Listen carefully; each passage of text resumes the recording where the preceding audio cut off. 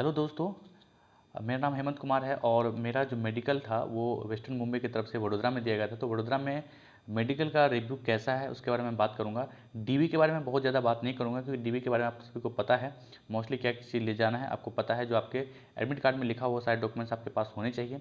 कोई डॉक्यूमेंट्स अगर नहीं है तो आप क्या करेंगे, उस डॉक्यूमेंट्स के लिए एफिडेविट बना के ले जाएंगे। ठीक है। अगर कोई भी डाउट है आपको डीबी से संबंधित तो आप मुझे कमेंट बॉक्स में अगर पूछेंगे तो मैं कोशिश करूंगा जवाब दे दूं या फिर कोई वीडियो बना करके आपको बता दूं। ठीक है।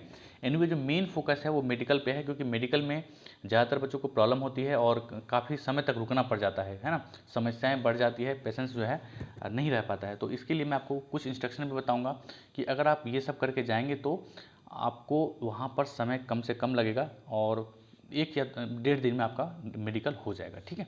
तो चलिए शुरुआत करते हैं। सबसे पहले जिस दिन आपका डीबी होगा, जिस दिन डीबी होगा है ना, उसी दिन आपको 11 साढ़े 11 बजे तक आपको मेमो दे करके या 12 बजे तक आपको मेमो दे दिया जाएगा और बोल दिया जाएगा कि आप जा सकते हैं मेडिकल के लिए। ठीक है। अगर आपका शुरुआती लाइन में है तो अगर आप लेट जाते हैं, पीछे आपका लाइन है डीबी के में, तो शायद और भी से लेट हो सकता है। ठीक है। लेकिन आप शुरुआती लाइन में है, स्टार्टिंग में है, 10 बजे आप पहुँच जाते हैं वहाँ पर, लाइन में आपका नंबर ठीक ठाक है, जल्दबाजी में है, मतलब जल्दी ही है, तो आपको 11-12 बजे तक आपको मेमो मिल जाएगा और आपको मेडिकल के लिए भेज दिया जाएगा।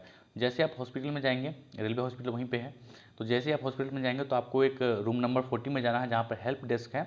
वहाँ पर आपको रजिस्टर कर लिया जाएगा मेडिकल चेकअप करने के लिए। और जो मेडिकल मेमो दिया गया है आपको, उस मेडिकल मेमो की पिछले साइड में आपको है ना, पीछे की तरफ आपका साइन होगा और मोहर लगेगा और आपको एक स्लिप दे दी जाएगी। उस स्लिप में बेसिकली ये लिखा रहता है कि आपको कौन कौन से चेकअप होने हैं, कौन कौन से टेस्ट होने हैं और ये टेस्ट के लिए आपको किस किस रूम में जाना है। ठीक है। ये टेस्ट आपका कहाँ कहाँ होगा ये बेसिकली आपका उसमें दिया रहता है। ठीक है। तो सबसे पहले आपको चेकअप के लिए जाना है रूम नंबर 26 में। 26 में आपका जो चेकअप होगा वो एक्सरे का होगा। जो आपका चेस्ट है उसका एक्सरे होता है कि आपको चेस्ट में कोई प्रॉब्लम नहीं हुआ हो, कोई कभी निमोनिया नहीं हुआ हो या कोई अभी अन्य तरह की कोई भी चीज़ें हैं, वो गंभीर समस्या नहीं हो, उसके लिए आपको चेकअप करते हैं। तो अगर बात करें हम एक्सरे की, तो एक्सरे के ज़्यादा समय नहीं लेता वहाँ पर। अगर आप वहाँ पर अवेलेबल है डॉक्टर तो मुश्किल से 5 मिनट में आपका सब कुछ करके आपको क्लियर कर देगा। ठीक है। रिपोर्ट आपको नहीं देंगे वो, है ना, एक्सरे वाली रिपोर्ट आपको नहीं देंगे। रिपोर्ट वो डायरेक्टली भेजते हैं कहाँ पर, जहाँ पे पीएमई है, वो मैं आपको बाद में बताऊँगा। ठीक है। पीएमई डिपार्टमेंट में चला जाता है, वहाँ पर आपको हैंड टू हैंड रिपोर्ट नहीं मिलेगा। यूरिन का है, यूरिन उसके बाद आपका नेक्स्ट जो चेकअप होगा यूरिन का होगा, वो आपका रूम नंबर 19 में होगा। तो वहाँ पर जाने के बाद आपको वहाँ पर भी ज़्यादा वेट नहीं कराते हैं, वो मुश्किल से 5 से 10 मिनट में आपको चेकअप करके देते हैं और वहाँ पर हैंड टू हैंड बोलते हैं, लिख देते हैं कि शुगर है या नहीं है या फिर कोई भी और चीज़ है, कोई ब्लड में कोई इन्फेक्शन तो नहीं है, वो सब सारी चीज़ें लिख करके आपको यूरिन में जो भी इन्फेक्शन वगैरह है वो लिख देते हैं और जनरली वो नील ही कर देते हैं। तो आपको इसके लिए कोई घबराना नहीं है। यूरिन में भी अगर बहुत ज़्यादा समस्या नहीं है तो आपको कोई समस्या नहीं होगी। चेस्ट में भी अगर कोई बहुत ज़्यादा मेजर प्रॉब्लम नहीं है तो वहाँ पर भी आपको कोई दिक्कत घबराने वाली बात नहीं है।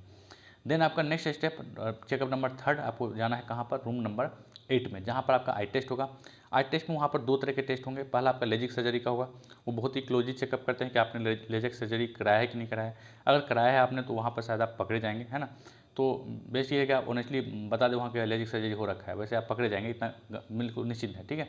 बाकी ये नहीं कि लेजिक सर्जरी को रिजेक्ट कर देंगे, ऐसा भी नहीं है। तो वो आपको कोई ना कोई कैटेगरी देंगे वो। ठीक है। उसके बाद वहीं पर उसी में एक और टेस्ट होगा आई का, जिसमें बेसिकली आपका पावर, स्पेक्टिकल पावर देखा जाता है कि आपके आंखों में कितना पावर है और आपके एक्सिस को चेक किया जाता है कि आप चश्मा लगाएंगे, अगर लगाते हैं तो आपके आँख का जो एक्सिस है वो कितने एंगल से वो आपका वहाँ पर वो चेक कर देते हैं। ठीक है। तो ये 3 चेकअप हो जाने के बाद फिर से आपको मेडिकल मेमो लेकर के जाना है हेल्प डेस्क रूम नंबर 40 में, जहाँ पर मेडिकल मेमो आपसे ले लिया जाएगा। ठीक है। और बोल दिया जाएगा कि आपको अगले दिन यानी कि नेक्स्ट डे आपको 8 बजे आना है। ये 3 टेस्ट जो है वो आपका पहले दिन हो जाएगा जिस दिन आपका डीबी है। और अगला जो टेस्ट होगा वो आपका रूम नंबर 38 में होता है, जहाँ पर पीएमई है ना, वहाँ पर फिजिकल मेडिकल जो टेस्ट है वो आपका होता है। तो उसके लिए आपको अगले दिन बुलाते हैं। ठीक है। तो सुबह में 8 बजे बुलाएंगे तो आप आपके नाम से वो पुकारेंगे आपको। ठीक है। जिसके प्रॉब्लम है, जिसको मान लीजिए हार्ट में कोई प्रॉब्लम है, कोई और विशेष रूप से प्रॉब्लम है, रिपोर्ट अगर सही नहीं आया है तो उसको पहले बुलाते हैं। ठीक है। अदरवाइज मोस्टली ये है कि नॉर्मली बुलाते रहते हैं, कोई दिक्कत नहीं है। ठीक है।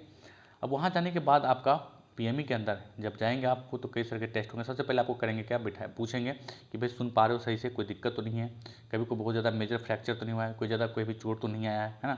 ये सब सारी चीज़ आपको नो नो बोलना है। अगर हुआ भी है तो नो नहीं बोलना है। बहुत ज़्यादा मेजर प्रॉब्लम तो बोल देना है, कोई दिक्कत नहीं है, क्योंकि वहाँ पकड़े जाएंगे आप।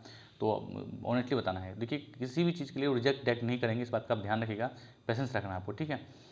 तो आप उसके बाद फिर क्या करेंगे, आपको कहेंगे हाथ खोल के दिखाओ, हाथ ऐसे मुट्ठी से ऐसे करके देखेंगे, फिर ये मुट्ठी बांधा के देखेंगे, फिर देखेंगे कि आपके उंगली वगैरह कटे हुए नहीं है, फिर हाथ को आप उठाकर ऐसे चेक करके फिर आपको कहेंगे ठीक है बैठ जाओ। अब आप क्या करो, नियर विजन टेस्ट होगा आपका। नियर विजन में क्या करेंगे, आपको पढ़ने के लिए देंगे, छोटा सा बुक होगा, उसमें कुछ लेटर्स होंगे, कुछ डिजिट होंगे, आपको पढ़ने के लिए देंगे, ठीक है।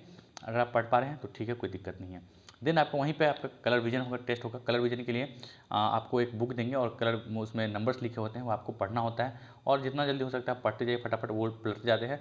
फिर आपको कुछ लाइन्स होंगे जो ब्रश आपको घुमाना होता है इस तरीके से, जो लाइन भी जहाँ जहाँ वो गया है, पिंक कलर का होगा, येलो कलर का होगा, ग्रीन कलर का होगा, या किसी भी कलर का हो सकता है, आपको बोला कि जहाँ जहाँ लाइन ये जा रहा है आपको उस ब्रश करके घुमाना है, ठीक है।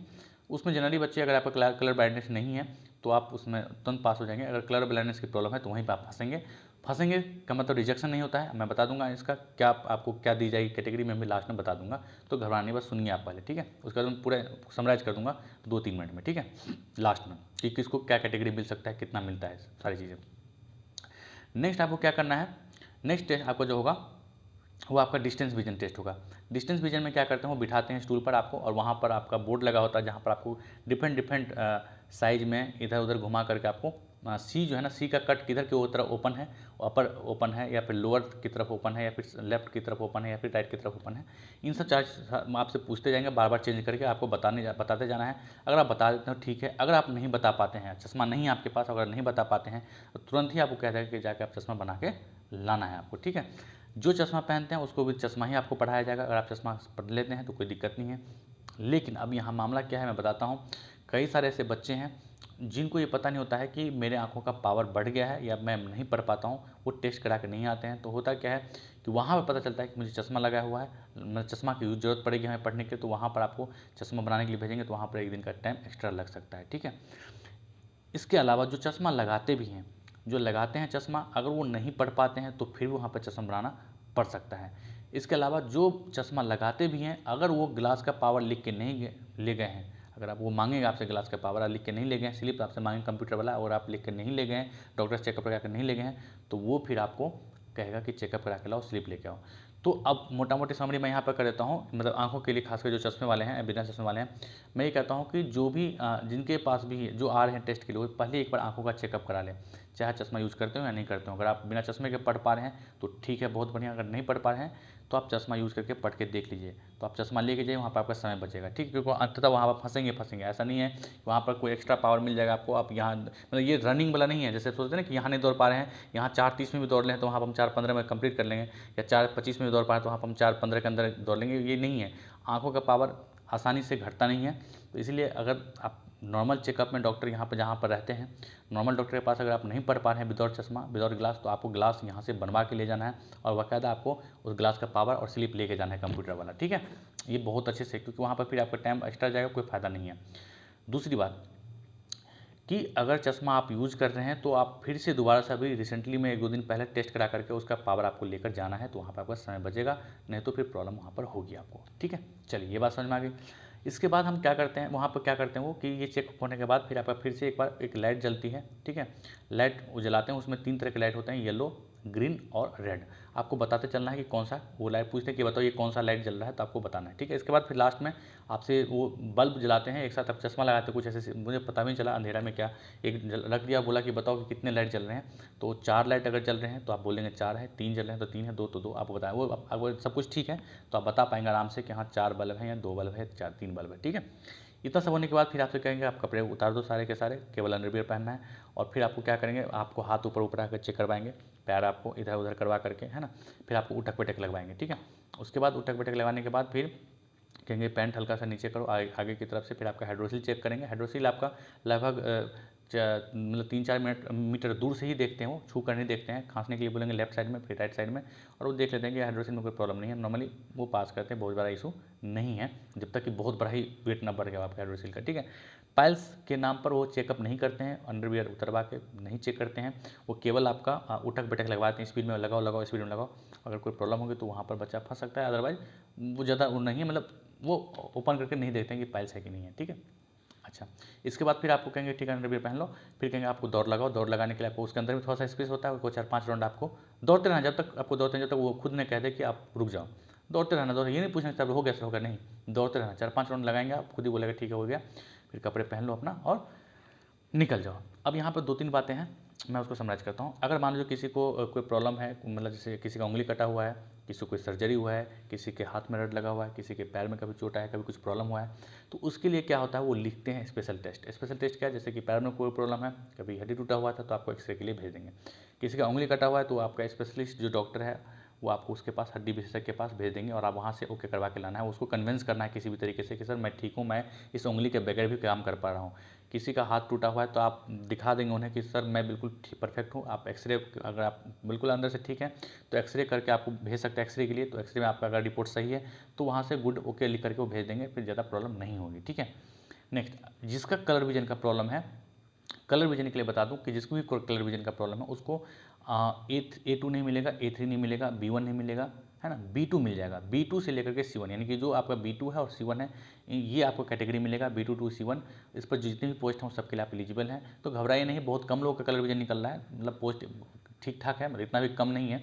अगर ऊपर से आदेश नहीं आता है घटने का तो इतनी सारी पोस्ट है कि जितने बच्चे निकल रहे हैं बहुत ही रेयरली मिल रहे हैं, एक बैच में 2 या 1 बच्चे निकल जा रहे हैं, अदरवाइज नहीं निकल रहे हैं। ठीक है, तो तब भी आपको पोस्ट आराम से मिल जाएगा, इसके लिए आपको घबराना नहीं है कि नहीं अब C1 आ गया तो मुझे कोई पोस्ट नहीं मिलेगा, बिल्कुल मिलेगा, टेंशन नहीं लेना। ठीक है, तो ये था आपका कलर विजन का। ठीक है, तो इसके अलावा अगर मान लो कि हार्ट में किसी को प्रॉब्लम है या किसी का भी निमोनिया हुआ था, कोई ऑपरेशन हुआ है, तो उसको रोक रहे हैं, और मेरे बैच में भी 1-2 बच्चों को रोका है उन्होंने, तो इसके लिए आपको थोड़ा सा वहाँ पर प्रॉब्लम हो सकती है, तो बेहतर यह है कि पहले से CT स्कैन वगैरह करा के जाए, या फिर जो भी मेडिकल आपका रेफरेंस हो सकता है, मेडिकल हेल्प के लिए रेफरेंस हो सकता है कि नहीं मैं आप ओके हूँ, वो सारी चीज़ें पहले से करके जाए, क्योंकि वहाँ पर इन सब चीज़ों में फंसा सकते हैं वो। ठीक है, बाकी कहीं पे कट का निशान है, किसी का कुछ प्रॉब्लम है, रड है, तो वहाँ पर आपको रोकेंगे नहीं वो, है ना, थोड़ी सी परेशानी आपको बढ़ा सकते हैं। आपको एक्सरे के लिए इस ऑफिस में उस डॉक्टर के पास, उस डॉक्टर के पास, वहाँ चेकअप कराओ, वहाँ से रिपोर्ट लिखवा के लाओ, ये सब चीज़ में थोड़ा सा समय लग सकता है। बाकी आप लोग कोई ना कोई स्टैंडर्ड दे ही देंगे, इस बात का आप बिल्कुल आश्वस्त रहिए। ठीक है,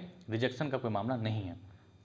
चलिए दोस्तों, उम्मीद करता हूँ कि मैंने सारी चीज़ें बता दिया है। फिर भी अगर कोई आपको डाउट है मन में किसी भी पॉइंट से संबंधित, तो आप कमेंट बॉक्स में कमेंट करेंगे, मैं आपको कोशिश करूँगा कि आपको उसका उत्तर दे दूँ। ठीक है दोस्तों, तो वीडियो लंबा हो रहा है, मैं यहीं पे खत्म करता हूँ। बाकी कोई भी डाउट हो तो आप पूछ सकते हैं। ठीक है, thank you so much for watching.